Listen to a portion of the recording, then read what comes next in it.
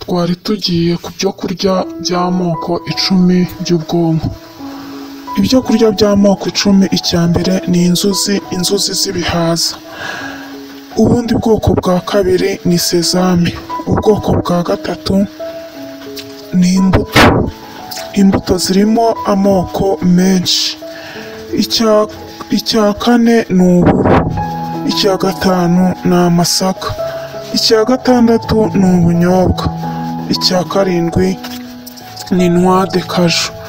Icya munani ni ingano zimeze. Icya cyenda ni kereso.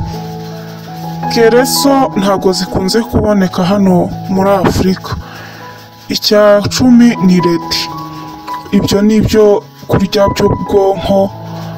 Ubwo mujye mukunda gufasha ubwonko, noneho ubwonko bwacu ni ingirakamaro kuko twabonye mu mizo ya mbere yuko budufasha gutekereza. Ubwo noneho ubwo tubonye ibyo kurya by'ubwonko, ubwonko ni igice cyo hejuru kibanza. Iki gice cyo hejuru kikaba ari cyo kidufasha gutekereza, kuko mwabonye yuko mu mizo ya mbere twatangiye tuvuga iki, hari igice cy'iburyo hakaba n'igice cy'ibumoso. Noneho ubwonko, igice cy'ibumoso cy'ubwonko kigenzura kandi igakoresha uruhande rw'iburyo bw'umubiri, naho igice cy'ibumoso cy'ubwonko kikagenzura iruhande rw'ibumoso n'ubw'umubiri. Ubwo rero ubwonko bukaba bugizwe n'ibisate bibiri. Ikindi, ubwonko buteye nk'igishyimbo. Niyo mpamvu ibintu bifasha ubwonko akenshi uzasanga biri ku murongo. Urugero ntanga, ikigori. Uzarebe ikigori ucyitegereze neza ukuntu kiteye, usanga ziriya ntete zose ziri ku murongo. Ni nayo mpamvu akenshi uzarebe ubwonko bukunda ibintu biri kuri gahunda. Ikindi, uzitegereze amasaka, ihundo ry'amasaka naryo ubwaryo riba rifite gahunda.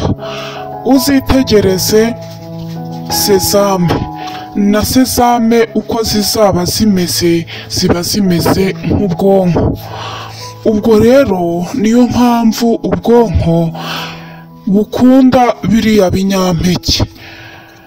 Ikindi, uzarebe neza witegereze igishyimbo, uzatonore urutete rw'igishyimbo, uzasanga uburyo igishyimbo gipanze kuri gahunda. Ubwo rero ubwonko bukunda gahunda. Nawe uzinjire mu rugo rurimo ibintu bijagaraye, nawe ubwo ntago uzabikunda. Ubwonko bukunda isuku. Niyo mpamvu kenshi uzasanga aba bantu bakora akazi ko gutekereza cyane baba bagomba kwicara ahantu hari umwuka mwiza, ahantu hatari urusaku n'akajagari. Noneho uzasanga aba bantu bakoresha ubwonko bari kubabwira ibintu bagomba gukoresha kugira ngo ubwonko bwabo buzajye buhora buri kuri gahunda.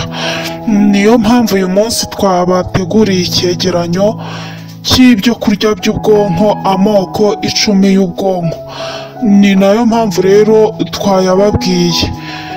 Rero umuntu wese uri bukurikire ino gahunda nziza y'ibyo kurya by'ubwonko, akaba yumva akunze iki kiganiro kandi akaba akunze ino gahunda, yakora subscribe, yarangiza agatanga igitekerezo, yaba bikunze cyane akabisharinga muri bagenzi be. Noneho tukazajya tubana mu biganiro bikurikira. umuntu urakora subscribe ni ukugira ngo ibiganiro bitazajya bimucika nk'ibi ngibi. Mugire amahoro y'Imana, murakoze.